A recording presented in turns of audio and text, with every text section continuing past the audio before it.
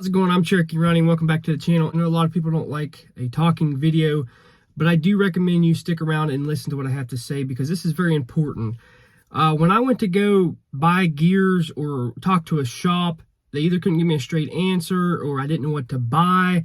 I was all over the place. It took me 2 weeks before I could even decide what kind of gears, what master kit, whatever you're buying to do a whole Regear. It took me forever to figure out what I wanted. So today I'm going to just flat out explain everything to you and talk about the gears that I would recommend and the ones I'd stay away from.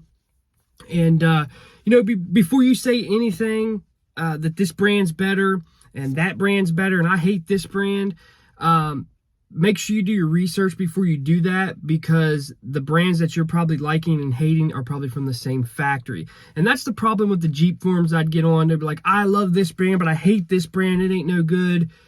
They're made in the same exact factory in the same location under the same name. So make sure you do your research. I did a little research in my area. I live in West Virginia, around the Morgantown area to Clarksburg area, and I did some sniffing around to see how much a Regear would be. The number one problem I had was a Regear would cost me, the cheapest I could find was about $1,800. That's because I have to get a new front carrier, which that's fine. So about $1,800 just for a simple Regear. But my problem is with that is I'd ask them what gears they would use, and they would usually say Yukon or some cheap brand I've never heard of. So I did the research myself, and honestly, these gears are like $500 for the whole master kit. And you're not going to tell me they're going to do, the rest of it with labor, because a Regear is not that hard. Now, some places want to sell me stuff that I don't even need. The particular vehicle that I was regearing, it was just for a weekend warrior, and he don't need chrome Marley shafts and an upgraded front diff carrier. That stuff's not necessary, and they kind of just kept wanting to upsell to make more money. But the only thing they never tried to upsell me on was gears. And after I said, yeah, give me chrome Ollie axles, the front diff carrier and all that stuff, they're like, okay, it'll be about $2,500, to $2,700. I'm like, what kind of gears are you putting in there? One place would not tell me. The other place told me they're actually going to be using SVI or motive gears, which those gear sets, in my opinion, are not that great, and they're super cheap. They're like $500 for the front and rear. And the carrier that they were saying that, you have to have, which you do have to have, but the upgraded carrier, I can understand it does cost money because it is a limited slip locker. But the one company just bought I asked them what carrier it was, and they just bought a normal carrier that accepts, 373 and up gears. If you have like 355s or 321 gears for the Dana 30, you have to get another carrier that accepts like 488s and all that stuff. So, and it was just a regular carrier, and they're trying to upcharge me $250. I found the exact same carrier from the company for $99. So today we're going to be talking about what to look for. And at the end of the video, I'm going to give you confidence where you can do a Regear yourself. You just need some special tools, and it's not that hard. But today we're going to be talking about gears mostly. So stick around. You need to watch this video because it helped me out tons. I wish people would have gave me this information when I was out looking for gears. So let's get into the video and let's start talking about some gears.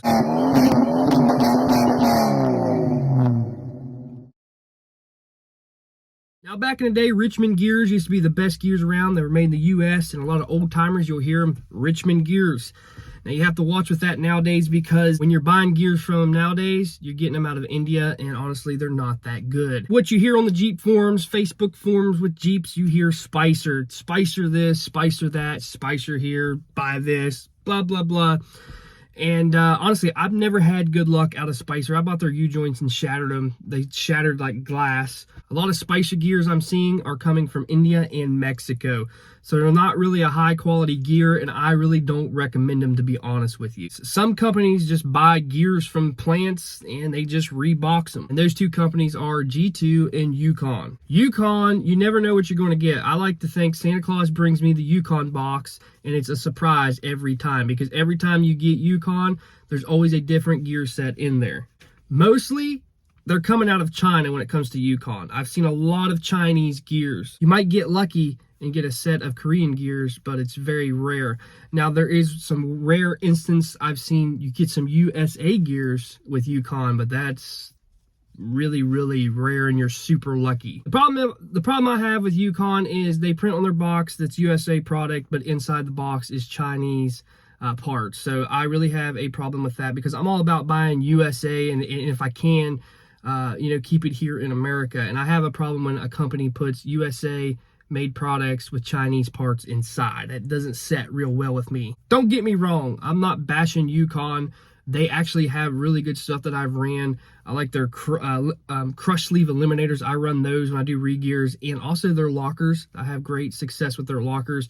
Just their gears, not so much. I know a lot of people will buy Yukon gears because they hear the big thing on YouTube about them and the off-road community, and they'll set their gears up perfect. I've seen it. They'll set their gears up perfect. It'll strip something, it'll break, and people are like, you set those gears up wrong. That's why a professional's supposed to do it. And I've actually seen professionals set it up and won't warranty it, for one, because they say it's abuse, or two, they set it up perfect and it still breaks. So the problem I have is their quality. It's not that good when it comes to their gears. Brings me to the GTU gears. They're also reboxed. They're mostly Chinese. Everything that I've seen with GTU gears are mostly Chinese. Now, there is some times that you'll get Circle K gears, and them are really good quality overseas gears, and it's very rare. If you get a set of those in a G2 box, go ahead and run them. But honestly, if you have G2 gears and they don't say Circle K on them, honestly, I wouldn't even mess with them. I would send them back and go with a different brand. Now, that brings me to another company called USA Standards. Now, that name is very misleading, because people think, oh, USA Standards must be a great gear. It says USA Standards. They are bottom of the barrel junk gears. They're the worst I've ever seen. They are blims from the Chinese factories. They're Chinese gears. They're just not very good. They're junk gears. If you ever have anybody say they're going to be putting USA Standards in your vehicle, stop them right there and tell them you want something else. Not all overseas gears are bad. I'm not going to sit here and bash every company that's overseas, and I'm big on America, but not all overseas gears are bad. Italian gears and Korean gears, they're actually really, really well made. The worst are Chinese gears and gears from India. Best gears I've seen overseas are the Circle K gears. I've had great success out of those, and they are pretty tough and they're pretty reliable, and the quality control on them are really good. And a lot of people say, what about Motive Gear? They are junk too. They're made in India. They're not a very good gear. Motive Gears are the same company that owns Richmond, and they're not very good. You can get on eBay and buy Motive Gear sets for nearly nothing. People have success running them, but if you're going to be off-roading any, I don't really recommend them, because they're not that really great, honestly, in my own opinion and experience. That brings me to my preferred gear sets, and this is the information that I wish people would have told me, what they would have went with. If you can, stick with American, and if you have the money, buy American, but not all American places have what you need. So USA Gears, they are a great company. They still make them right here in the good old US of A, but they don't have a lot of stuff to pick from. So if they don't have what you're looking for, or you don't like the price point, here's some other companies that I do recommend going with, and you'll have great success. And if you're doing it yourself, they'll set up nice for you too. So we got Nitro gears. They are pretty awesome. They are mostly Korean gears. My favorite, this is my favorite, and this is what I go to all the time. I know I say buy America, but like I said, a lot of US companies don't have what I need. And sometimes the price point's way above what I can afford, what the person wants can afford. So this is my number one place to go to, and that is Revolution Gears. They have very competitive prices for really good quality gears. They are Circle K gears, and they make sure they sit down and inspect each part before they send it to you, and make sure everything goes really, really well with what it's packaged with. I really love Revolution Gears. I've not had a problem with them whatsoever, and that's who I do recommend going with, because the prices are very competitive. And here is the kicker. I buy Revolution Gears, and to do JKs, that's what everybody's re-gearing right now, is because they're cheap, and that's what everybody's re-gearing. To re-gear a JK to 456s or 488s, and that is with a Sport with the Dana 30 front. I can do it for $980, and that is everything that you need in a kit to get the job done. Now, if you want to throw a locker in there, you're looking at, you know, probably $1,500, but that is still cheaper than going to a shop and them charging me way out of the price range that I'm even looking for to re-gear a Jeep.